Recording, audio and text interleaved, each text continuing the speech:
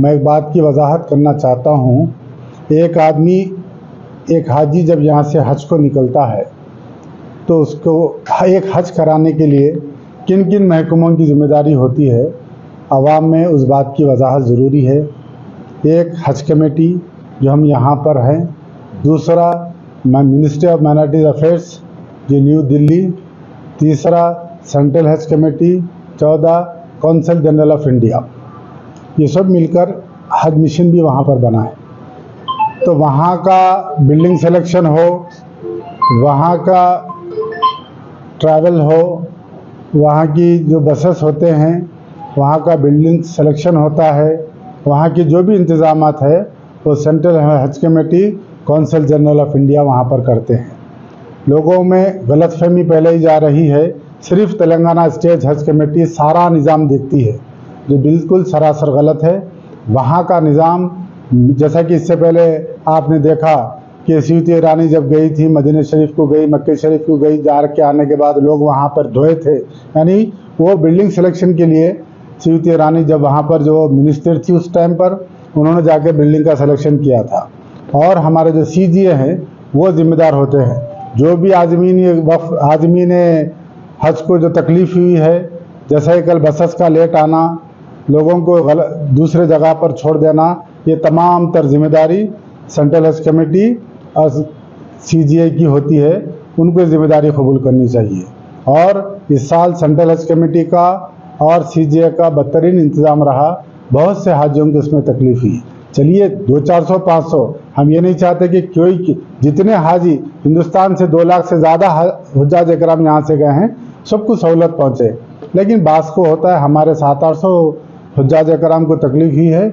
हम इसकी मजम्मत करते हैं और इंशाअल्लाह ताला आइंदा साल हम सेंट्रल हज कमेटी से पहले ही रुजू होंगे और मिनिस्ट्री ऑफ माइनॉरिटी अफेयर्स से पहले ही गुफ्तगू करेंगे कि इस किस्म की तकलीफ ना हो। इलेक्शन कोड होने की वजह से और हज से सिर्फ एक 5-6 दिन पहले ही स्टेट हज कमेटी बनी, ज़्यादा हम इन्वॉल्व नहीं हो सके। इंशाअल्लाह ताला आइंदा हम इन्वॉल्व होंगे, इस किस्म की किसी तकलीफ होने नहीं देंगे। ख़ास तौर पर मैं मीडिया भाइयों से ख्वाहिश करूँगा कि वो गैर ज़रूरी न्यूज़ फैलाकर, यानी उससे हो रहा क्या, हमारी तस्वीर लगा के न्यूज़ डाल रहे हैं आप, ठीक है, लेकिन जो दूसरे आज़मीन के अहले ख़ानदान यहाँ पर है, सब वो लोगों के फ़ोन से वो समझ रहे हैं कि सब के सब परेशान हैं। गलत न्यूज़ फैलाना, बहुतान तराशी करना भी गुनाह है, तो याद रखिए कि आप ऐसी न्यूज़ दीजिए। 2-4 को तकलीफ ही हम मानते हैं और हमारे ऑफिसर्स 24 घंटे यहाँ पे हम बैठे हैं कि हम सेंट्रल हज कमेटी से रब्त में आ रहे हैं। और वहाँ के जो मेन जो रहता है मौलम रहता है, मौलम सऊदी रहता है, तो मौलम को का तकर्रुर मिनिस्ट्री ऑफ माइनॉरिटीज़ अफेयर्स और हज कमेटी मिलकर मौलम का तकर्रुर करती है।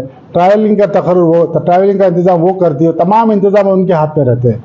हम भी बेबस हो जाते हैं, हम सिवाय उनको फ़ोन करने के, सिवाय उनको यहाँ से इत्तला देने के हम दूसरी चीज़ नहीं कर सकते हैं। बहरहाल आप लोगों से ख्वाहिश है कि आज़मीन के जो रिश्तेदार हैं, हज़ारों की तादाद से यहाँ से गए हैं, उनके अंदर जो है बेचैनी ना पैदा करें। और इंशाअल्लाह ताला हमारे ऑफिसर्स आज 24 घंटे हम लगे हुए हैं, हम तमाम तर सहूलियात हम पहुँचाने की कोशिश कर रहे हैं। मोहम्मद लईक, हमारे चेयरमैन साहब, एग्जीक्यूटिव ऑफिसर, सुपरिटेंडेंट साहब, इरफान साहब दिन रात हज कमेटी में हाजियों के लिए काम करें। और ये जो झूठा प्रोपेगेंडा तनकीद जो कर रहे हैं, उन लोगों को मैं वार्न करना चाह रहा हूँ, उनके ऊपर लीगल एक्शन लिया जाएगा। बग़ैर कोई सब्जेक्ट पे, बग़ैर नॉलेज के ये चीज़ को फैला रहे हैं। और मैं तमाम मीडिया वालों से भी गुजारिश करता हूँ, हक़ाइक़ की बुनियाद पे आप लोग न्यूज़ चलाइए।